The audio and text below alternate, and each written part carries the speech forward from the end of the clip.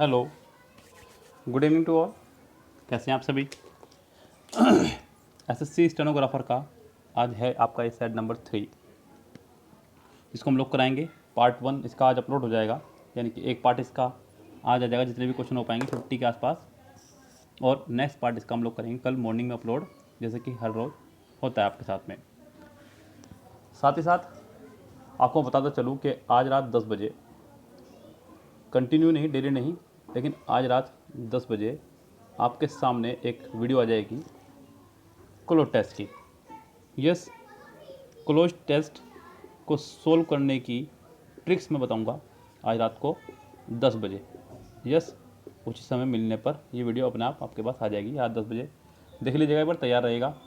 उम्मीद है कि मैं अपलोड कर दूंगा, बिल्कुल बेफिक्र रहिए, लेकिन फिर भी कुछ नहीं कह सकते, समय की पाबंदी का खेल किसी को नहीं पता, इसलिए तो फिलहाल अभी जो हम लोग ये सेट कर रहे हैं, ये है आपका एसएससी स्टेनोग्राफर का सेट नंबर 3 2018 का एक सेट है, और सोल्व करते हैं इसको। अब पहला क्वेश्चन है आपका नरेशन पे आधारित, डायरेक्ट इंडायरेक्ट पे। कह रहा है कि current said to us you should leave early for the airport so as to reach on time. यहाँ उसने लगाया शुड। देखिए, शुड का शुड ही रहेगा, शुड का चेंज नहीं होगा, ये ध्यान रखें आप। यस, तो current told us that you second person, object के अनुसार, ऑब्जेक्ट है आपका अस, इसलिए इसका हो जाएगा वी।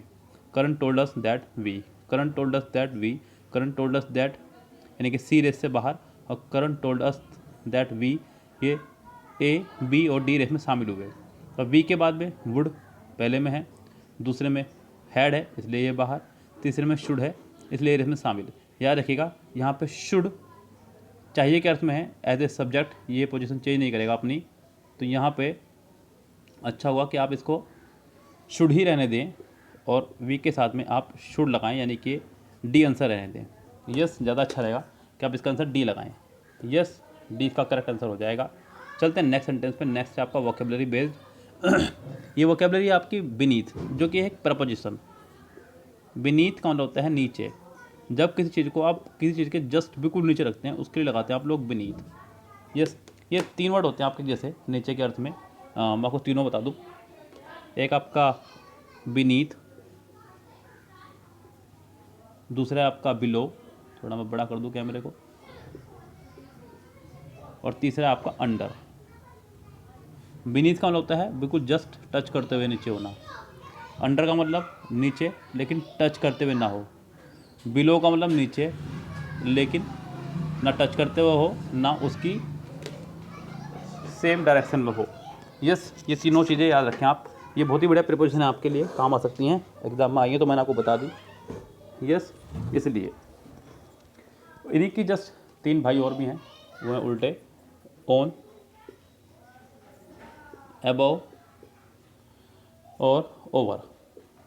ऑन मतलब जब कोई चीज़ किसी चीज़ के जस्ट टच करते हुए ऊपर रखी हो, अबव ऊपर हो लेकिन टच करते हुए ना हो, जस्ट ऐसे समझ लीजिए, और ओवर मतलब ऊपर हो लेकिन उसके डायरेक्शन में हो सेम, ओवर। यस, तब इसका इस्तेमाल करते हैं। ज़रा तीनों का एक एग्जाम्पल हो जाए सभी का ही। मैंने कहा I put my paper beneath the bed sheet. अक्सर बेड शीट के नीचे लोग वह सामान भर देते हैं अपना, वहाँ से ही लिया है। He she sat under the tree, under the tree. The river is flowing below the bridge, below the bridge.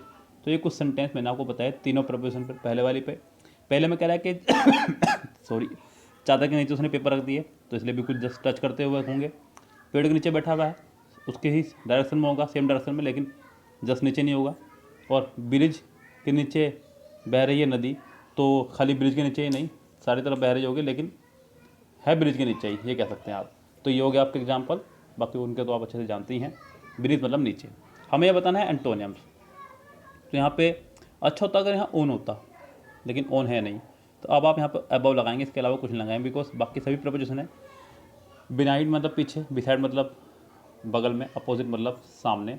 और कमाल की बात, कल ही एक हमारे विमल मित्तल जी का जवाब था, सवाल था, ये कह रहे थे कि सर वोकेबलरी को बता दीजिए किस तरह हमें सेम मीनिंग हो तो कैसे पता लगाएं। देखिए ऊपर अगर दिया गया वर्ड प्रपोजिशन है तो आपको इसके लिए ऑप्शन भी प्रपोजिशन ही चुनना होगा। अगर यहाँ पे नीचे के लिए कुछ और वर्ड होता, जैसे डाउन होता या फिर कुछ और होता, तो उसको बाहर निकाल देते रेस से बाहर। प्रपोजिशन है तो इसका ऑप्शन भी प्रपोजिशन ही होगा, ये ध्यान रखें आप। अगर ये एडजेक्टिव होता तो इसका ऑप्शन एडजेक्टिव होता, अगर ये एडवर्ब होता तो इसका ऑप्शन एडवर्ब होता, अगर ये वर्ब होती तो इसका ऑप्शन भी वर्ब होता, अगर ये नाउन होती तो इसका ऑप्शन भी नाउन होता। ये भी थोड़ा सा ध्यान रखा करें आप जब आप वोकेबलरी के क्वेश्चन कर रहे हो तब। अगला पोर्शन है आपका, आपको बताना है कि किस पार्ट में इसके ग्रामेटिकली एरर है। कह रहा है कि the staff of the diary. अब यहाँ पे सेंटेंस में उसने कहा the staff of the diary, diary यानी कि दूध वाली, the staff of the diary. Yes, याद रखें मैंने आपको हमेशा कहा है कि प्रपोजिशन के बाद वाले एक पार्ट को हम लोग कुछ नहीं मानते, इसे कट कर दीजिए, इसके हिसाब से आपको वर्ब लगानी है। अब प्लूरल आई या सिंगुलर ये डिपेंड करता है आपका सब्जेक्ट पे। The staff of the dairy was firm that there was no space inside for more cattle as there was already 25 stray animal inside. Yes, अब यहाँ पे द स्टाफ के साथ सिंगुलर वर्ब भी आ सकती है और प्लूरल वर्ब भी आ सकती है, डिपेंड करता है इसकी यूज़ पे। हालांकि यहाँ पे ऐसा कुछ क्लियर नहीं हुआ कि इसका यूज़ एज ए प्लूरल हो रहा है या एज ए सिंगुलर, तो यहाँ तो मैं वॉज ही लगाऊंगा साथ में इसके, ये कन्फर्म है, इसमें कोई दिक्कत नहीं है, वॉज ही रहेगा। अगर मैं आगे बढ़ूँ तो आगे मुझे दिख रहा है यहाँ पे there was no space, no space uncountable है, ये भी ठीक है। Inside for more cattle as there was already 2500 stray animal inside. अब देयर के बाद जो यहाँ पे वॉर लगाया उसने, वॉज, कह रहा है कि देयर वॉज 2500 ऑलरेडी एनिमल्स, यानी कि 2500 एनिमल्स हैं, यानी कुल मिला के बाद इन शॉर्ट लिखिए आप। अब ये 2500 जो है प्लूरल है और इस प्लूरल के लिए आपको लगानी चाहिए थी प्लूरल वर्ब, क्योंकि मैंने आपको कल भी बताई थी ये बात। देयर के बाद जो आने वाली वर्ब है वो देयर के हिसाब से कभी नहीं आती, वो बाद वाले सब्जेक्ट के अकॉर्डिंग आती है। यस, इसके अकॉर्डिंग नहीं आती है। बाद वाला सब्जेक्ट क्या है उसके अकॉर्डिंग वर्ब आती है। देयर यहाँ पे सिर्फ सेंटेंस को इंट्रोडक्ट कर रहा है, इसे बोलते हैं इंट्रोडक्टरी सब्जेक्ट। यस, क्लियर है बात आपके लिए। जैसे कि आपने कहा देयर इज़ अ गर्ल और आपने कहा देयर आर 2 गर्ल्स, तो इन दोनों सेंटेंसों में अंतर देख रहे हैं आप। अगर ये देयर की वर्ब होती तो चेंज ना होती, जैसे कि आई के साथ आप एम लगाते हैं तो ये आई की वर्ब है। यस, आप आई के साथ इज़ नहीं लगा सकते, आप आई के साथ आर नहीं लगा सकते, ये चेंज हो जाएंगे। वरना ये देयर की वर्ब नहीं है, अगर देयर की वर्ब होती तो चेंज ना होती, ये अ गर्ल की वर्ब है और ये 2 गर्ल्स की वर्ब है। यस, इसीलिए यहाँ पे आपने आर लगाया। दूसरी बात मैंने आपको बताया कि देयर वाला सेंटेंस आपका रिवर्सेबल है। क्या है आपका? रिवर्सेबल। जैसे कि आपने कहा देयर इज़ अ गर्ल, आप इसे बना सकते हैं अ गर्ल इज़ देयर, ये भी इसका एक प्रोसीजर हो सकता है। रिवर्सेबल सेंटेंस है, जैसा मर्जी बना लीजिएगा। इसको पैसिव नहीं कह सकते, लेकिन आप कहीं आप इसको पैसिव कहना शुरू कर दें, ये पैसिव नहीं है। यस, समान सारा पूरा है, बस आपने इसको आगे पीछे किया, मीनिंग भी वही निकल रहा है। देयर इज़ अ गर्ल, वहाँ एक लड़की है, अ गर्ल इज़ देयर, एक लड़की वहाँ है, बात एक ही है। यस, ये था आपका देयर का पूरा प्रोसीजर, यानी कि इसका आंसर हो जाएगा A, there were already 2500 stray animal inside. Yes, मेरी बात समझ में आई आपको आराम से, उम्मीद करता हूँ समझ में आ रही होगी। अच्छा देखिए, यहाँ पे थोड़ा सा राइटिंग इशू रहता है मेरा, क्योंकि मेरे को थोड़ा सा एक हाथ से मोबाइल भी पकड़ना है और लिखना भी है और समझाना भी है, मोबाइल क्वेश्चन पे भी ध्यान देना है, तो थोड़ा राइटिंग इशू रहता है। और कुछ राइटिंग मेरी ईश्वर की दुआ से बहुत अच्छी है, तो इसलिए, लेकिन आप सिर्फ समझने पर ध्यान दें, इसलिए मैं साथ साथ बोलता रहता हूँ, आप समझने पर ध्यान दीजिएगा। मेरा ये अवगुण आप मुझे माफ़ कर दीजिए, इस अवगुण के लिए। राइटिंग मेरी शुरू से ही बहुत अच्छी है। यस, अवार्ड मिले मुझे खूब सारे स्कूल से, तो इसलिए मैं माफ़ी चाहूँगा अपनी राइटिंग के लिए। चलिए फिर आज चलते हैं नेक्स्ट क्वेश्चन पे। नेक्स्ट है आपका cloth test. The safety of the ships at sea does not depend only on the arrangement made in the ships themself, dangerous dash and rocks. अब यहाँ पे एंड के बाद जो वर्ड आया है, एंड के पहले भी उसी के अकॉर्डिंग वर्ड यहाँ पे आएगा। देखिए, रॉक्स बोलते हैं चट्टानों को। किसको बोलते हैं रॉक्स? चट्टानों को। और चट्टान होते हैं समुद्र के अंदर। यस, रॉक्स यानी कि चट्टान, और चट्टान होते हैं समुद्र के अंदर। तो अगला वर्ड भी यहाँ पे ऐसा ही आएगा जो समुद्र के अंदर हो। पहला वर्ड है कोस्ट। यस कोस्ट बोलते हैं समुद्री किनारे को। उससे अगला वर्ड है बीचेस, जो समुद्र के बाहर हिस्से होते हैं। पोर्ट यानी कि द्वीप वगैरह, जहाँ पे बंदरगाह वगैरह सामान उतरता है। और उसके बाद हार्बर, हार्बर भी बंदरगाह की तरह ही यूज़ होता है। तो यहाँ पर आपका वर्ड आ जाएगा कोस्ट, COASTS, कोस्ट। सो देखिए यहाँ पे क्या कह रहा है, dangerous coast and rocks may be seen in the dash but they are a dash threat to safe dash at night.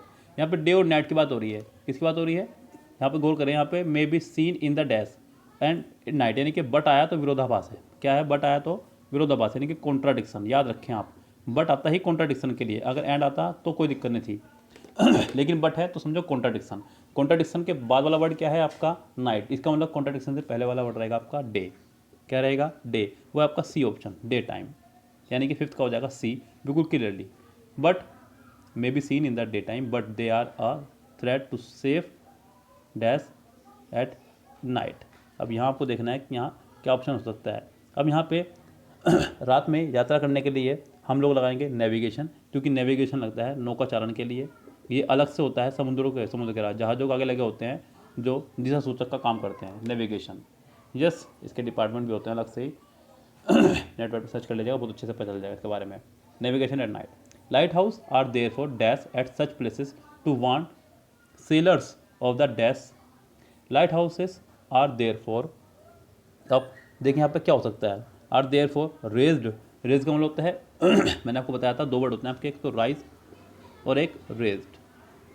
Raise, rise की सेकंड फॉर्म में रोज और उसकी थर्ड फॉर्म में राइजन, और रेज की है रेज्ड और इसकी थर्ड फॉर्म भी रेज्ड ही रहेगी ये लगता है तब, ये अपने आप उठने के लिए है, सेल्फ के लिए, और ये डिपेंडेंट है, यानी कि जब कोई चीज़ उठाए तो आप इसका इस्तेमाल करते हैं। जब आप ऊपर उठा रहे हैं किसी चीज़ को, मैंने ये पेन ऐसे उठाया तो ये रेज है, यस। और जब कोई चीज़ अपना आप ऊपर उठ रही है तो राइज है। जैसे कि सन के लिए लगा सकते हैं, मुद्रास्फीति के लिए लगा सकते हैं, इन्फ्लेशन के लिए। जब कुछ चीज़ अपना आप उठ रही हो, गिर रही हो, हालांकि उठने के लिए ये खाली, तो राइज लगाएंगे। कोई चीज़ उठाई जा रही हो तो रेज लगाएंगे। आपने झंडा हाथ में लेकर उठाया तो रेज है, नोट राइज है वो। यहाँ पे इस बात का भी अंतर रखें। तो रेज यहाँ पे हो सकता है कि उठा करके लगाए जाएँ। उसके बाद है अगला वर्ड इस्टेब्लिश्ड, कोई बिल्डिंग नहीं है ये। इरेक्टेड, फाउंडेड, तो यहाँ पे ए ऑप्शन हो जाएगा correct. Light house are there for raised at such places to warn sailors of the dash. Warn करा जाए सेलर्स को, किससे? डैश से, यानी कि डेंजर से, खतरों से।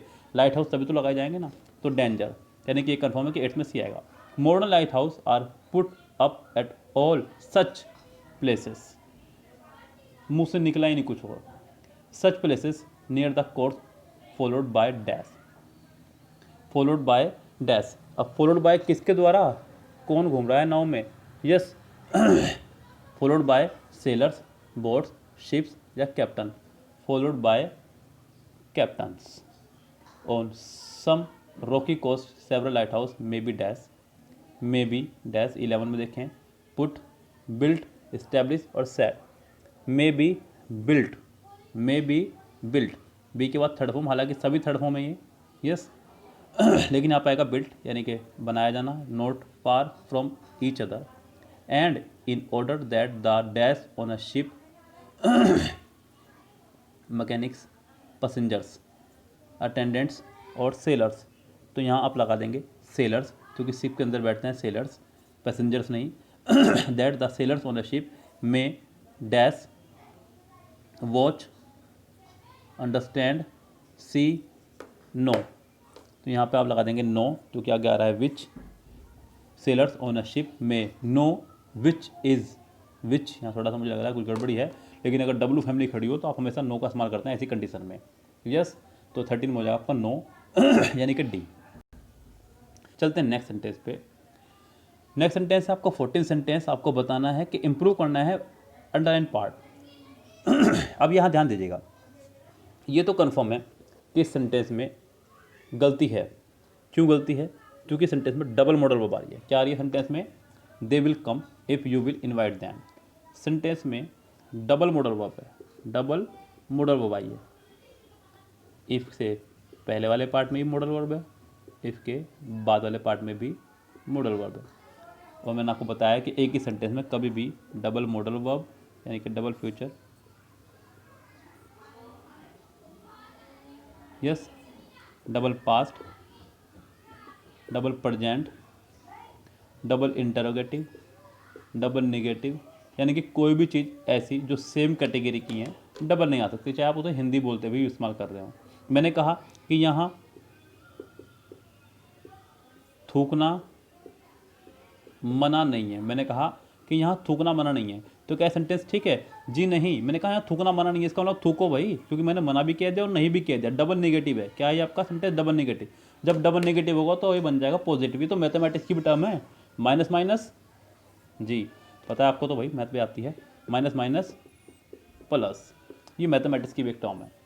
यस, तो यहाँ पर डबल फ्यूचर नहीं आएगा। अगर सेंटेंस कभी भी डबल फ्यूचर हो तो क्या करेंगे भाई? मेरे तो हाथ खड़े हैं, आप बताइए क्या करेंगे ऐसे में। मैंने आपको बताया एक रूल, सेंटेंस अगर डबल फ्यूचर हो तो याद रखें if, unless, until, in case. बच्चों माफ़ी मांग चुका हूँ मैं पहली राइटिंग के लिए अपनी, तो कभी आप मुझे साझा दो आज एक बढ़िया वाली। Provided that, so long as long as, whether, before, after, when. अब इनकी काउंटिंग कर लो जरा एक बार, 1 2 3 4 5 6 7 8 9 10 11, कुल मिला के कितने वर्ड है? 11 वर्ड हैं। काउंटिंग इसलिए करवाई जिससे कि आपको याद रहे। कल को जब आप लिखने बैठे तो आपके दिमाग, जब आप 9 लिख चुके हो तो आपका दिमाग गूंजता रहे, नहीं नहीं सर ने 11 बताया था यार, 2 हो रहे हैं, कौन से हैं वो 2, कौन से हैं वो 2, दिमाग खटखट करेगा, आपको याद आएंगे, डेफिनेट याद आएंगे। काउंटिंग से ही याद करेगा हर चीज़ को। जैसे कि WH फैमिली कितनी है? 8 W वाली हैं, 3 H वाली हैं, आपको याद रहेंगी। ये डबल मॉडल वर्ब का फॉर्मूले में कितनी वर्ड हैं? 11 वर्ड हैं, आपको याद रहेगा। ये काउंटिंग वाला फंक्शन मेरा बहुत ही फेबुलस है, मेरे तो खुद इसी तरह से याद रहता है, मैंने खुद इसलिए काउंटिंग करी। यस, सबसे बेस्ट तरीका, अगर कभी भी सेंटेंस में डबल मॉडल वर्ब हो तो इनके बाद वाली मॉडल वर्ब हमेशा गलत हो गया, इनके बाद मॉडल वर्ब नहीं आएगी। यानी कि इस सेंटेंस में इफ़ यू विल इन्वाइट जो है ये गलत है आपका। अब यहाँ पे खाली आप लगाएंगे इफ़ यू इन्वाइट दैम, क्योंकि इससे पहले सेंटेंस विल है। विल को मैं मानता हूँ प्रेजेंट, आपको पता ही है, मैं इसको प्रेजेंट में रखता हूँ और वुड को रखता हूँ पास्ट में, यानी कि ये फर्स्ट फॉर्म है तो आगे भी फर्स्ट फॉर्म ही आएगी। इन्वाइट से काम चल जाएगा ओनली, क्योंकि पीछे यू खड़ा हुआ है। अगर सिंगुलर सब्जेक्ट हो तो इन्वाइट्स करता, यानी कि इसका आंसर हो जाएगा आपका ए। चलिए कोई बात नहीं। देखिए बोर मत होइएगा, ऐसा मत सोचिएगा बहुत मैं टाइम ले रहा हूँ, क्योंकि मुझे बच्चे बोलते हैं सर समझा के कराया करो, चाहे भले वीडियो कितनी लंबी हो जाए, चाहे भले क्वेश्चन 20 कराओ, लेकिन समझा के कराओ। ये खतरनाक तैयारी हो जानी चाहिए बिल्कुल, और सही बात भी है। मान लीजिए कर लिए हमने सारे सेट, रात तक कुछ नहीं, तो उससे कोई फ़ायदा नहीं है। The peacocks ate up all my flowers plants in the afternoon today. इसका बनाना आपको पैसिव। अगर आप गौर करें तो आपको यहाँ दिख रहा है सेकेंड फॉर्म 8, क्या दिख रहा है आपको यहाँ पे? Second form 8। अब सेकेंड फॉर्म अगर 8 दिख रही है आपको तो आपको यहाँ पे फिर वॉज या वर भी दिखना चाहिए। क्या दिखना चाहिए? वॉज या वर, यही रूल है। अगर सेकंड फॉर्म एक्टिव में तो पैसिव बनाते समय was were plus third form इस्तेमाल करेंगे आप। कितनों में है? पहले में है, लेकिन पहले में उसने आईएनजी लगा दी इसलिए रेस से बाहर। दूसरे में हैव बीन आ गया इसलिए रेस से बाहर। थर्ड में वर प्लस ईटन है, अभी रेस में शामिल है। फोर्थ में भी were plus eaten plus up लगाया, हाँ रहेगा शामिल भाई, लेकिन सी बाहर हो जाएगा बिकॉज ईटन के बाद अप नहीं है वहाँ पे, सी बाहर। अब आपका सिर्फ डी देखते हैं। सेंटेंस बनेगा आपका द पीकॉक से, किससे बनेगा? The peacocks were eaten up by all my flower plant in the afternoon today. जी नहीं, टुडे को यहाँ आपको दैट डे में बदलना था, तो ये भी इसका आंसर नहीं है। और भाई मैं माफ़ी चाहूँगा कि मेरे पे ये सवाल नहीं हो पाया, क्योंकि जब इसका कोई आंसर है ही नहीं है ऑप्शन में तो मैं कैसे करता इसको। गलत मुझे नहीं करना आता भाई, तो इसका आंसर कोई भी नहीं ऑप्शन में। यहाँ पे लास्ट वाले सेंटेंस में डी वाले में अगर वो टुडे को दैट डे कर दे तो ये सेंटेंस ठीक हो सकता है। मैं इसको प्रिंटिंग की मिस्टेक मानता हूँ एमबी बुक की, और कुछ नहीं है बस ये एग्ज़ाम में ऐसा नहीं रहा होगा। चलते नेक्स्ट सेंटेंस पे। The teacher told us that we all were intelligent children but were not sincere in our work. आपको बनाना है इसको करेक्ट डायरेक्ट फॉर्म में। इनडायरेक्ट ये पहले से ही है, अगर ये इनडायरेक्ट है पहले से ही तो ध्यान दीजिए, आपको दिख रहा है पर वर, क्या दिख रहा है आपको? पर आपको वर, आपको बनाना होगा इसे इज एम आर। क्या बनाना होगा इसे आपको? Is am are. दूसरे पार्ट में भी आपको दिख रहा है वर, उसको भी बनाना होगा आपको इज एम आर। कितनों में है? पहले में नहीं है, पहला बाहर। सेकंड में आर है और बी पार्ट में भी इसके आर है। थर्ड में वर है, ये भी बाहर। डी में आर और आर है, यानी कि सिर्फ अभी तक बी और डी रेस में शामिल है। ये 60 सेंटेंस में, सॉरी, बी और डी रेस में शामिल हैं। The teacher said to us, comma inverted comma, we all are intelligent children but are not sincere in our work. The children said to us, you all are, you second person object के अनुसार, object है अस, we हो जाएगा, यानी कि इसका answer D ही correct है, B भी इसका रेस से बाहर हुआ। नेक्स्ट सेंटेंस 17 कह रहा है कि identify the segment in the sentence which contains grammatically error. किस पार्ट में इसमें ग्रामेटिकली एरर है, ध्यान दीजिएगा। यहाँ पे कह रहा है कि yesterday the farmer in Hathras rounded up about 25 abandoning cows and bulls and took them to a dairy in a truck। अब यहाँ कुछ तो गड़बड़ है, गड़बड़ मतलब आपको एंड दिख रहा होगा। देखिए कंजक्शन के बहुत बड़ा चैप्टर है, लेकिन ये रूल नहीं आपको पीछे छोड़ेगा। एंड बट और का जो मुझे लगातार फॉलो कर रहे हैं वो तो समझ ही गए होंगे कि भाई ये तो रूल पीछे छोड़ ही नहीं रहा है, तो उन्हीं रूल को रट लो उन्होंने यार। बार बार क्यों जरूरत पड़ी आपको रूल्स रटने की? अच्छा, आप क्यों अच्छे टीचरों के नोट्स, मुझे पता है बुक्स लोगों सर्च मारते हैं बड़े बड़े सेंटर्स की, लेकिन कोई फ़ायदा नहीं है उनको पढ़ करके। मैं बता दूँ आपको, आप सिर्फ वो पढ़ें जो एग्ज़ाम में आ रहा है। ये मैं नहीं कह रहा हूँ, ये प्रैक्टिस सेट बोल रहे हैं। आप लगातार मेरे साथ प्रैक्टिस सोल्व कर रहे हैं, मैं अपने आप से तो कुछ पढ़ा नहीं रहा आपको। प्रैक्टिस सोल्व है, प्रैक्टिस सेट है, मैं इनको सोल्व करा रहा हूँ बस अपने अंदाज में। ये जो मेरा अंदाज है मैं इससे बाज नहीं आऊँगा, ये ध्यान रखें आप। मैं आपको रूल्स रटवा कर रहूँगा, मैंने कसम खा रखी है आपको। मैंने अगर 100 में से 90+ नंबर ना लगवाए अंग्रेजी में तो ये जिम्मेदारी मेरी। बस आप हाथ बांध के मत बैठना, कहीं आपने वीडियो को बहुत फास्ट फॉरवर्ड कर रखी हो। देखिए इतना जब मैंने करने की कसम खा ली है तो आप भी थोड़ी सी कसम खा लीजिए कि वीडियो को डायरेक्ट देखा करें। बस इतना सा काम करना आपको मेरा। वीडियो को डाउनलोड करके नहीं देखना है, वीडियो को डायरेक्ट देखना है, अपने 2 फ्रेंड्स को शेयर करना है। आपके घर में जितने भी फ़ोन हैं उन सबसे लाइक कीजिए, शेयर कीजिए, सब्सक्राइब कीजिए। मैं इतनी शिद्दत से आपको पढ़ा रहा हूँ तो इतना मेरा आप पे हक बनता है। अगर आप मेरे पास होते तो मैं आपको फ़ोन लेके खुद कर देता। यस, ये आपकी जिम्मेदारी बनती है। आप मुझे अपना बड़ा भाई समझें, छोटा भाई समझें, कुछ भी समझ के आप इसको काम को करिए। एंड बट और के दोनों तरफ यहाँ सेम रहेगा। एंड के बाद वाले पार्ट में लगाई उसने सेकंड फॉर्म टुक। अब एंड के पहले लगाया उसने अबैंडनिंग, ABANDONING, ये है आपके ING फॉर्म। अब ये तो कन्फर्म है कि सेंटेंस आपका रॉन्ग है। कौन सा पार्ट गलत है? यही गलत है भाई, क्योंकि सेंटेंस में यस्टरडे आ रहा है। भाई कहाँ हैं आप? यस्टरडे, लास्ट, प्रीवियस, एगो, ये सब अगर वर्ड हो तो कैसे में बनता है सेंटेंस आपका? पास्ट इंडेफिनिट में। तो आप टुक तो सही है, लेकिन आपको इसे अबैंडनिंग को अबैंडन्ड बनाना होगा, सेकंड फॉर्म बनानी होगी इसको आपको। हालांकि आपको कुछ नहीं करना है, मैं बता दूं आपको, एग्जाम में जाकर कुछ नहीं करना, आपको सिर्फ एरर निकालनी सीखनी है, बस बात खत्म। आप ये सीख जाइए मेरे साथ और कुछ नहीं है। यस, वो बड़ा एक अच्छी बात याद आ रही है, लेकिन सोच रहा हूँ बताऊँ ना बताऊँ। वो किसी ने कहा ना कुछ नहीं रखा इन बातों में और खुरपा आ जाने हाथों में।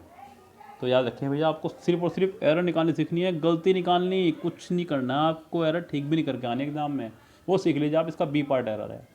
Select the correct passive form of the given sentence. When we reach the beach the fisherman were offloading the fish. When we reached the beach, reached यानी कि सेकंड फॉर्म। क्या है आपकी? ये सेकंड फॉर्म है। 18 sentence देखिए, क्या है आपकी? सेकंड फॉर्म, सेकंड फॉर्म है।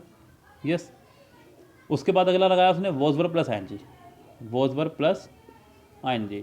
अब यहाँ पे अगर मैं दोनों को पैसे बनाने बैठूँ तो यहाँ पे आना चाहिए was verb plus being plus third form, और यहाँ पर आना चाहिए was verb plus third form. चलो चलते हैं। पहले सेंटेंस को अगर मैं देखूँ तो when we reach the beach the fish were being offloaded by the fisherman, हो सकता है when we reach the beach the fishman have been, race से बाहर। When we reach the beach the fisherman were being, जी नहीं, fisherman नहीं, subject जो बन जाएगा द फिश बन जाएगा, सी भी बाहर। When we reach the beach the fish were offloading, यहाँ पे बीइंग नहीं आया, डी भी बाहर। इसका ऑप्शन अब आपके पास सिर्फ और सिर्फ रह जाएगा ए, क्योंकि उसने इसको ना बनाकर सिर्फ इस पार्ट को बनाया आप एस, यानी कि इसका आंसर हो जाएगा ए। 18 का आंसर है आपका ए। चलते हैं 19 पे।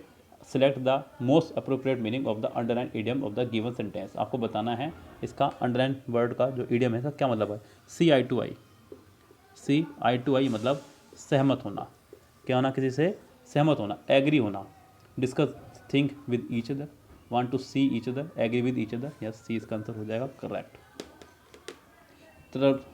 तरु ask me what did you buy from the mall yesterday. अब यहाँ पर आपको दिख रहा है डिड, यानी कि सेकंड फॉर्म। यस, आपको दिखना चाहिए सेंटेंस में had plus third form, because आप डायरेक्ट इंटर बना रहे हैं। यस्टरडे दिख रहा है आपको, द प्रीवियस डे दिखना चाहिए। क्या दिखना चाहिए? प्रीवियस डे दिखना चाहिए। अब देखिए सेंटेंस में कितनों में है। सेंटेंस जुड़ेगा डब्ल्यू फैमिली से ही, पहला जुड़ा, दूसरा जुड़ा, तीसरा जुड़ा, फोर्थ जुड़ा। फोर्थ को बाहर निकाल दीजिए डी में, क्योंकि डब्ल्यू फैमिली के तुरंत बाद सब्जेक्ट आना चाहिए था, ना कि हैड, इसलिए डी आपका रेस से बाहर। सी में आई वॉज बाइंग लगा दिया, इसलिए ये रेस से बाहर। बी में भी डब्ल्यू फैमिली के तुरंत बाद उसने डिड लगा दिया, इसलिए रेस से बाहर, बी भी रेस से बाहर। अब बस मजबूरी का नाम महात्मा गांधी, मैं तो बताऊंगा इसका आंसर क्या है।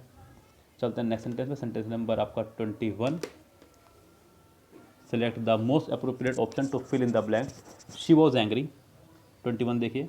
She was angry and close the door with a dash, with a dash, with a bang, धमाके या जोर की आवाज़ के साथ में, विद अ क्रैश मतलब आवाज़ टूटने की आवाज़ से, विद अ क्रीक चरमराने की आवाज़, और with a third with a third किसी वस्तु के ज़मीन पर गिरने की आवाज़। इसका आंसर हो जाएगा पहला ही, विद अ बैंग। चलिए सेंटेंस नंबर 22 आपका एक वर्ड आपको बताना है इसका एंटोनियम्स। वर्ड आपका वर्बोस। वर्बोस मतलब जरूरत से ज़्यादा शब्दों का इस्तेमाल करने वाला, यानी कि शब्दों का इस्तेमाल करने में एक्सपर्ट कोई व्यक्ति। तो ब्रीफ संक्षेप में, टॉकेटिव बातूनी, पॉलिश चमकदार, वर्डी यानी कि शब्दों को यूज़ करने वाला, जिसका आंसर हो जाएगा ब्रीफ संक्षेप में बताना। क्या बताना? संक्षेप में, यानी कि इन शॉर्ट। पहला इसका आंसर हो जाए, बिकॉज आपको बताना है अपोजिट। आपको बताना है कि ब्रैकेट पार्ट में क्या गलती है और ये कैसे ठीक हो सकता है। देखिए ब्रैकेट पार्ट में क्या गलती है ये तो अब आप भी बता सकते हैं, कि सारी जिम्मेदारी मैंने ले ली। देखिए उसने कहा कि he should not have carry. याद करो जरा, कुछ याद करो अपना पवन पुत्र बालपन। मैंने आपको बताया कि ये एक मॉडल वर्ब है। मॉडल वर्ब के साथ हमेशा आती है वर्ब की फर्स्ट फॉर्म जो कि है, लेकिन हैव की फैमिली के साथ हमेशा आती है वर्ब की थर्ड फॉर्म जो कि नहीं है। कैरी की जगह यहाँ होना चाहिए था कैरिड। क्या होना चाहिए था यहाँ पे? कैरिड। तो ये है आपका सिर्फ और सिर्फ ए पार्ट में ही, इसका 23 का आंसर हो जाएगा ए। चलते हैं नेक्स्ट सेंटेंस पे भैया। She plays a problem vase, sorry problem पढ़ लिया गलती से, porcelain vase with a gentle manner on the window सिल।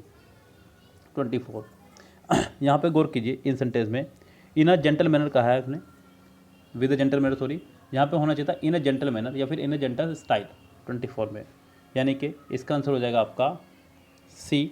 या फिर आप अच्छा होगा कि विद अ जेंटल मैनर की जगह हटाइए दे उठा करके, विद अ जेंटल मैनर पूरा हटा दें और आप इसकी जगह लगा दें जेंटली। क्या लगा दें? जेंटली। पूरा हटा करके लगा दीजिए जेंटली। बस इससे बेहतर तो कुछ होगा ही नहीं। यस, क्योंकि सी में भी उसने स्टाइल कर दिया मैनर की जगह, तो मैं दो मिस्टेक एक सेंटेंस में नहीं ठीक कर सकता। इन तो मैंने कर ही दिया जेंटल, हाँ विद को हटा करके, फिर मैं कैसे मैनर को हटा के स्टाइल करूँ, तो ये गलत हो जाएगा। इसलिए आप सिर्फ इसका ऑप्शन लगा दें 24 का, ज़्यादा बेस्ट रहेगा। अगला है आपका वोकेबलरी। स्क्वैलिड गंदा, बहुत ही गंदा किसी चीज़ का होना। आपको बताना है एंटोनियम्स। फिल्थी माने गंदा, साइलेंट मतलब शांत, क्लीन माने साफ, इन्फेस्टेड बिनी होने से आंसर हो जाएगा सी क्लीन। नेक्स्ट है आपका direct indirect sentence. The boy asked his mother if there was any cake left in the fridge. If there was लगाया, आपको ढूंढना है इज एम आर। क्या ढूंढना है आपको? Is am are. इस सेंटेंस आपका है इफ से स्टार्ट, इसका मतलब स्टार्ट होगा सेंटेंस हेल्पिंग वर्ब से। किससे स्टार्ट होगा? हेल्पिंग वर्ब से। The boy asked his mother is there any cake left in the fridge. 26 sorry, पहला लग रहा है सही लेकिन दूसरा गलत है, इजंट है, जबकि ऊपर सेंटेंस में इजंट नहीं है। थर्ड में वॉज लगाया, रेस से बाहर। फोर्थ में the mother asked the boy is there any cake left in the fridge. Is there any cake left in the fridge. क्या गलती है दोनों में? ठीक तो है। अच्छा sorry, sentence the mother asked the boy, यहाँ पर रूप चेंज कर दिया शुरू का इन्होंने, जबकि the boy asked the mother होएगा, यानी कि इसका आंसर ए हो जाएगा। His chances of winning both the races seems light to me. Identify the segment in the sentence which contains the grammatical error. जी मुझे लगा था ये वन वर्ड आ गया, तो आपको बताना है कि किस पार्ट में एरर है। कह रहा है कि his chances of winning both the races seems light to me. देखो ध्यान से, यहाँ पे उसने कहा, यहाँ गौर से देखना सेंटेंस को मेरे साथ ही। हिज चांसेस दिख रहा है ना? Yes. Of winning the races दिख रहा है, ऑफ विनिंग ऑफ दिख रहा है तो आपको ये भी दिख रहा होगा ऑफ एक प्रपोजिशन है, प्रपोजिशन के बाद वाले को हम कुछ नहीं मानते। बोथ द रेसेस, बोथ दो के लिए लगता है, यस। अब आप क्या इसके लिए सीम्स लगाएंगे, डबल एस एस लगाएंगे, या फिर इसके हिसाब से डबल एस एस लगाएंगे? आप नहीं लगाएंगे। अगर सब्जेक्ट में एस या ई एस हो, यानी कि कुल मिला के मैंने बताया कि अगर नाउन में एस या ई एस हो तो वर्ब में एस या ई एस नहीं आएगा, और अगर नाउन में एस या ई एस ना हो तो वर्ब में एस या ई एस नहीं आएगा। इसके लिए बड़ा प्यारा एग्जाम्पल मैं आपको पढ़ाता हूँ, लिखूंगा नहीं, सिर्फ बोल लूँगा। Evil eyes go to hell, evil eyes go to hell और evil eye goes to hell, यानी कि इसका आंसर हो जाएगा सी फिलहाल। नेक्स्ट आपका paragraph. An old man with steel rimmed spectacles and very dusty clothes sat by the side of the road. There was a pontoon bridge across the river, and carts, trucks, and men, women, and children were crossing it. The mule-drawn carts staggered up the steep bank from the bridge, with soldiers helping to push against the spokes of the wheels. The trucks ground up and away, heading out of it. All the passengers plodded along in the ankle-deep dust, but the old man sat there without moving. He was too tired to go anywhere any further. It was my business to cross the bridge, explore the bridge head beyond, and find out to what point the enemy had advanced. I did this and returned over the bridge. There were not so many carts now and very few people on foot, but the old man was still there. Where do you come from? I asked him. From San Carlos, he said and smiled. That was his native town, and so it gave him pleasure to mention it, and he smiled. I was taking care of animals, he explained. Oh, I said, not quite understanding. Yes, he said. I stayed, you see, taking care of animals. I was the last one to leave the town of San Carlos. He did not look like a shepherd, not a hard man, and I looked at his black dusty clothes and his grey dusty face and his steel rimmed spectacle and said, what animals were there? Were they? Various animals, he said and shook his head. I had to leave them. I was watching the bridge and the African looking country of the Ebro Delta, wondering how long now it would be before we would see the enemy. What animals were they? I asked. There were three animals altogether, he explained. There was two goats and a cat, and then there were four pairs of pigeons. And you had to leave them? I asked. Yes, because of the artillery. The captain told me to go because of the artillery. And you have no family? I asked, watching the far end of the bridge where a few last carts were hurrying down the slope of the bank. No, he said, only the animals. I settled. The cat, of course, will be all right. A cat can look out for itself, but I cannot think what will become of the others. What politics have you? I asked. I am without politics. He said, I am 76 years old. I have come 12 kilometers now, and I think now I can go further. No further. This is not a good place to stop, I said. If you can make it. There are trucks up the road where it works for Tortasa. I will wait a while, he said, and then I will go. Where do the trucks go? Towards Barcelona, I told him. चलिए, मैंने बहुत तेज़ी से पढ़ा paragraph को। Sentence पढ़ते हैं कि where was the old man coming from, कहाँ से आया था? सेंट कॉर्लोस से। इसका जिक्र सेंटेंस में बहुत आराम से होगा, पता चल गया होगा। What was narrator's duty, narrator's की ड्यूटी क्या थी? नरेटर्स की ड्यूटी क्या थी? ऑप्शन देखिए। To find out how close to bright bridge had the enemy had advance, यानी कितनी नज़दीक तक दुश्मन बढ़ चुका है, ये इसकी ड्यूटी थी। इसका आंसर पहला ही हो जाएगा। Of the animal that the old man had left behind who would take care of itself themself. ये यहीं पे देखें अगर आप पैरे में, तो इसी पैरे में जिक्र हुआ है। पहला, दूसरा, तीसरा, चौथा पैरा देखें कैट के बारे में जिक्र हुआ यहाँ पे।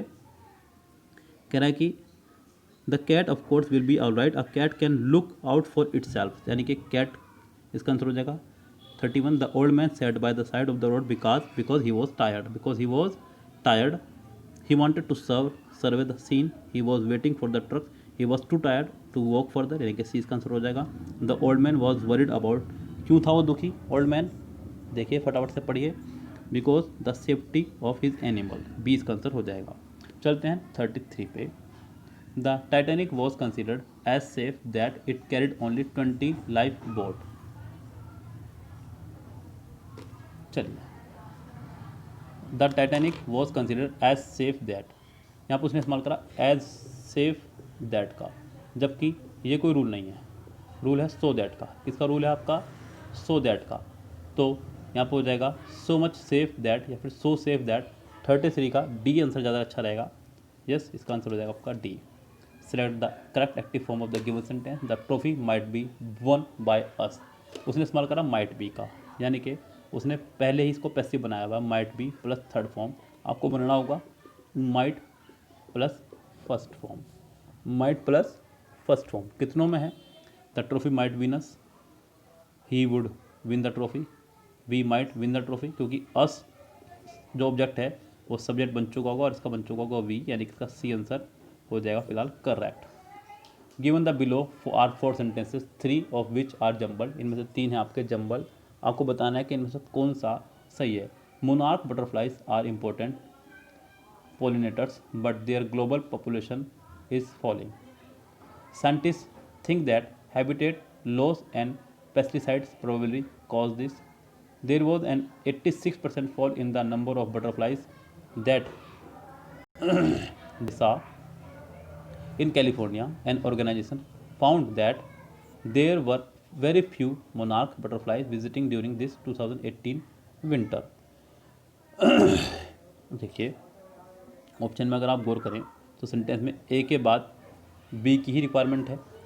यस, ए के बाद बी की रिक्वायरमेंट है और ए के बाद बी सिर्फ सी में आ रहा है, तो इसका आंसर हो जाएगा आपका सी करेक्ट।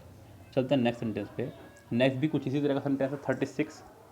इसको देखें ध्यान से, क्या कह रहा है? कह रहा है कि there was a ceremony in which South and North Korean roads and railways were connected. ये तो पहला हिस्सा हो गया। अब चलते हैं आगे।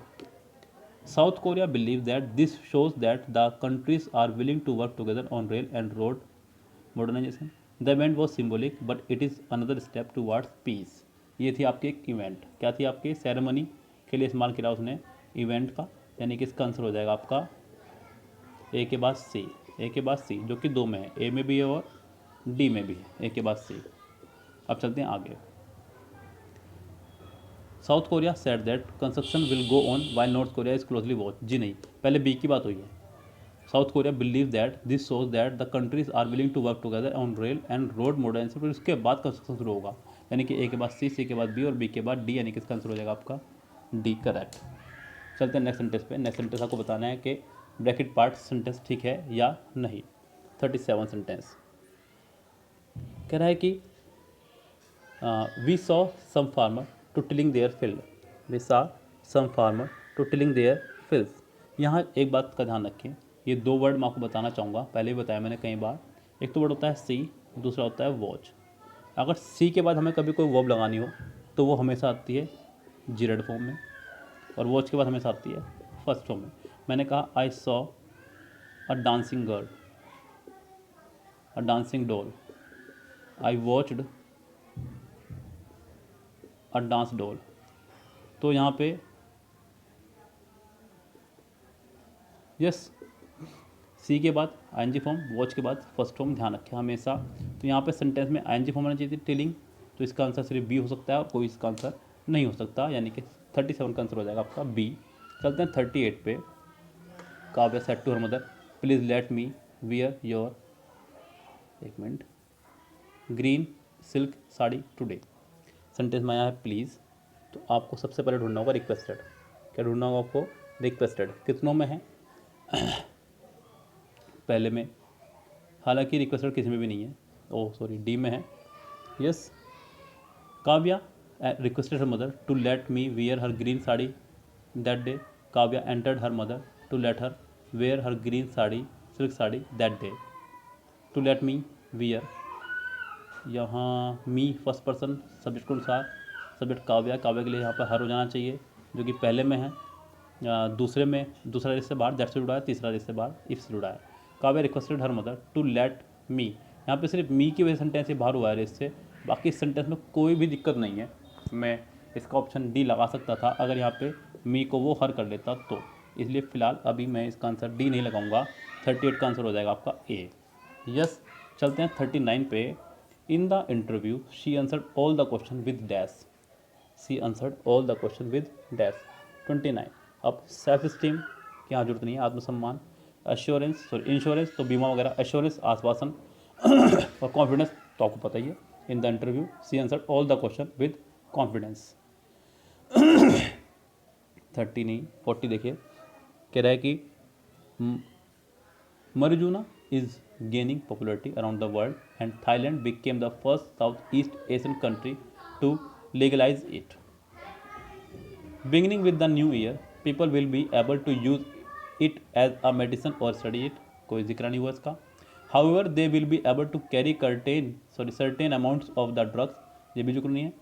According to the new law, the production, import, export, possession and use of marijuana product will be legal for medical purpose.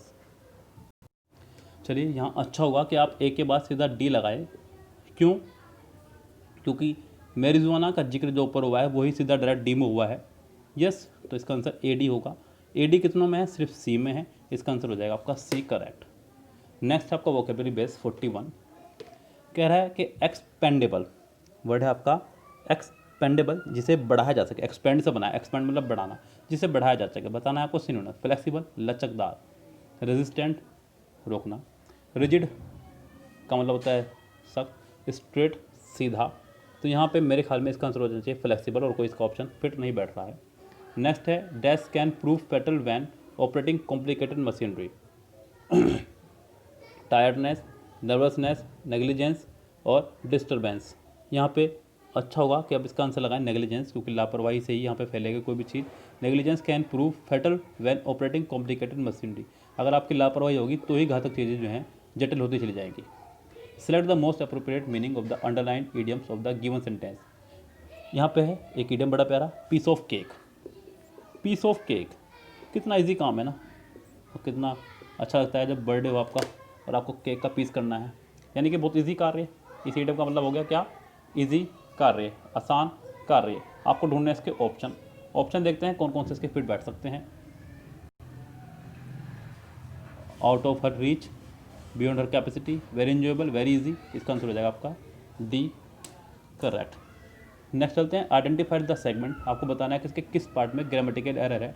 और neighbour switch on his TV early in the morning to full volume, at full volume, मैंने गलत पढ़ लिया। यहाँ पे sentence देखिए, कह रहा है कि ओवर नेबर, उसने कहा ओवर नेबर, NEIGHBOUR, नेबर यानी कि सिंगुलर सब्जेक्ट है, तो सिंगुलर ही वर्ब होनी चाहिए थी यहाँ पे। तो यहाँ पे स्विच की जगह अच्छा होगा कि आप स्विचेस कर दें, सिंगुलर वर्ब कर दें इसको, स्विच ऑन, यानी कि इसका सी पार्ट हो जाएगा रोंग। स्विच की जगह स्विच ऑन होना चाहिए था। नेक्स्ट है when I reached home dinner was being served. जब मैं घर पहुंचा तो डिनर सर्व किया जा चुका था। यस, आगे देखिए। Still talking he open the match box and a very annoyed scorpion came out of the box. Having finish his meal my brother Larry brought cigarette and in order to light one picked up the match box from the shelf. I placed the matchbox with the scorpion it in on a shelf in the dining room and joined the family. अब देखिए यहाँ पर sentence पे ध्यान से गौर करें आप। यहाँ पे सेंटेंस में खाना खाने की बात हो रही है। खाना खाने के तुरंत बाद when I reached home dinner was being served. I placed the matchbox. यहाँ पे still talking the he opened the matchbox having finished, देखिए सी है पहले यहाँ पे। खाना खाने के बाद क्या लाया वो? सिगरेट लाया। क्या लाया वो खाना खाने के बाद में? सिगरेट। फिर सिगरेट को उसने जलाने की सोची, यानी कि सी और बी इकट्ठा आएगा, ध्यान रखें आप। सी और बी कितनों में इकट्ठा है? वो आपका सी में है और डी में है। अब इसका आंसर या तो सी होगा या फिर डी होगा। When I reached home dinner was being served. I place the match box with the scorpion in it on a shelf in the dining room and join the family. देखिए यहाँ पे ए के बाद डी लगाइए, उसके बाद सी और बी इकट्ठा आ जाएगा, ADCB, फिर उसके बाद बाकी जो भी रहेगा। तो इसका आंसर हो जाएगा आपका D correct. Identify the segment. आपको बताना है किस पार्ट में एरर है। यू कुड फाइंड जो आवर हाउस इजीली। देखिए सेंटेंस में उसने कहा you could find our house. अभी फिलहाल मुझे जरूरत है आगे पढ़ने की, क्योंकि सेंटेंस है क्वेश्चन टैग पर आधारित। क्वेश्चन टैग में क्या करते हैं? Helping verb plus subject. अगर अफर्मेटिव हो तो नेगेटिव और नेगेटिव हो तो अफर्मेटिव। अच्छा होगा आप इसको बनाएं कुडंट यू। लेकिन यार दुख की बात तो ये है कि यहाँ कुडंट यू ऑप्शन में है ही नहीं। किसी भी ऑप्शन में यहाँ कुडंट यू का इस्तेमाल उसने नहीं किया। अब आपकी मजबूरी है कि आप कुड को सेकंड फॉर्म मानते हुए कैन की, किसकी, कैन के सेकंड फॉर्म मानते हुए आप इसे डिडंट यू बनाएंगे। क्या बनाएंगे, डिडंट यू। तो ऑप्शन में डिडंट यू पहले ही दे रखा था उसने आपको, लेकिन क्या मजबूरी हो सकती है यहाँ पे, नहीं यार, ये आपको बताना था एरर किस पार्ट में। सॉरी मैं गलत लेगा सेंटेंस को, मुझे लगा कि इसको इंप्रूव करना है और यहाँ पे इसकी जगह कुछ हमें यूज़ करना है। डिडंट यू की जगह कुडंट यू होना चाहिए था, मैं गलत ले गया सेंटेंस को। मुझे लगा कि ये इस पार्ट को मैं ठीक करना है, इसकी जगह बताना है कौन सा ऑप्शन आएगा। अब मैं उसी ऑप्शन में चलता चला गया, मुझे ऑप्शन दिखा नहीं कोई, तो फिर मैंने मजबूरी का नाम महात्मा गांधी डिडंट लगाया। देखिए आप भी ऐसा कर सकते थे, बिकॉज कुड सेकंड फॉर्म भी है कैन की, ये आप भी कर सकते थे। जब मजबूरी होगी तो करना पड़ेगा, लेकिन फिलहाल यहाँ पे कुडंट यू होना चाहिए था, जो कि ऑप्शन में नहीं है, तो इसका डिडंट यू पार्ट गलत है। यानी कि कुल मिला के बात यह है, I was dash when my cousin from America called on me.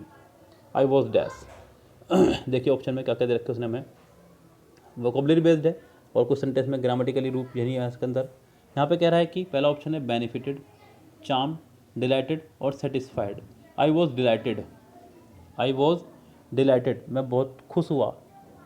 When my cousin from America called on me, yes, called on एक फ्रेज वर्ब आपका, अभी थोड़े दिन पहले मैंने पढ़ा है। कॉल ऑन कौन लगता है, आके मिलना, आकर मिलना, तो इसका आंसर हो जाएगा आपका डिलाइटेड यानी कि सी। 48 आपको बताना है इसका पैसिव एक्टिव फॉर्म, ये पहले से आपका पैसिव बना हुआ है, आपको दिख रहा है हैज़ बीन, आपको उसको बनाना है एक्टिव, तो आपको लगाना होगा सिर्फ हैज़ वर्ब की थर्ड फॉर्म। कितनों में है, पहले में है, दूसरे में नहीं है, तीसरे में नहीं है, चौथे में नहीं है, सिर्फ पहला, इसका आंसर हो जाएगा ए, 48 का ए। 49 आपका वोकेबलरी मिसिव वर्ड है सबमिसिव, आज्ञा मानने वाला, आपको बताना है एंटोनियम्स, ये हो जाएगा स्टबबर्न, जिद्दी। 49 का आंसर हो जाना चाहिए स्टबबर्न, जिद्दी, और कुछ इसका ऑप्शन नहीं बैठ रहा है। आपको बनाना है active, after the food was eaten the dishes were wash by us. एक पार्ट इसका पहले से ही बना हुआ है पैसिव, एक पार्ट इसका है active. Sentence number 50, after we ate the food, अच्छा दोनों ही पैसिव, माफ़ी चाहूँगा, वॉज प्लस थर्ड फॉर्म का इस्तेमाल किया है मैंने, उसको ध्यान नहीं दिया, दोनों पार्ट पैसिव है। सो यहाँ पे वॉज प्लस ईटन है, तो आपको बनाना होगा सेकंड फॉर्म। अगले में भी वर प्लस वॉज है, उसको बनाना होगा second form. After we ate food we was the dishes, इसका आंसर पहला ही ठीक हो जाएगा और कोई ऑप्शन दिख ही नहीं रहा है, क्योंकि दूसरे में वर बीइंग है, वर ईटिंग है, तीसरे में आर ईटिंग है, और अगले में हैड वॉश्ड है। 51 दे went for a Bhil village for a day visit, आपको बताना है कि इसके किस पार्ट में एरर है। सिर्फ एरर वाला पार्ट ढूंढना है, बाकी आपको इसमें एरर ठीक नहीं करनी है। देखिए सेंटेंस में, they went for a Bhil village for a day visit, they went to a Bhil village, went के साथ यहाँ पे उसने लगाया फोर, आपको इस फोर की जगह लगाना होगा to, they went to a Bhil village for a day visit, यानी कि इसका आंसर हो जाएगा आपका B. Select the correct indirect form, आपको बताना है इसका इंडायरेक्ट क्या होगा। My mother said to me you are late again, you are दिख रहा है तो आपको बनाना होगा वर, क्या बनाना होगा इसका वर। वर कितनों में है फटाफट से चेक कर लीजिएगा, पहले में आर है इसलिए बाहर, सॉरी जी, दूसरे में वॉज है, तीसरे में एम है, और थर्ड में डी में वर है, ये भी हो सकता है ठीक। लेकिन यू सेकंड पर्सन है ऑब्जेक्ट के अनुसार, ऑब्जेक्ट है आपका मी का हो जाएगा आई, आई के साथ यहाँ पे वॉज आएगा, यानी कि इसका आंसर हो जाएगा आपका बी करेक्ट। चलते हैं 53 पे, आपको बनाना है इसका active. He was given some money by his mother brother, आपको लगाया उसने वॉज प्लस गिवन यानी कि थर्ड फॉर्म, आपको लगाना होगा सेकंड फॉर्म, क्या लगाना होगा, सेंटेंस बनेगा हिज ब्रदर से, किससे बनेगा, हिज ब्रदर से। हिज ब्रदर हैज़ गिवन लगाया पहले में, इसलिए ये रेस से बाहर हुआ, सेकंड में गेव है, थर्ड में ही लगाया इसलिए बाहर, और फोर्थ में गिव्स लगाया इसलिए बाहर, तो इसका आंसर सिर्फ और सिर्फ हो जाएगा बी। 54 सेंटेंस पूरा नहीं है, मैं इसको कराऊंगा आपको नेक्स्ट वीडियो में, क्योंकि बहुत लंबी हो जाएगी वीडियो फिर मुझे ऐसा लगता है।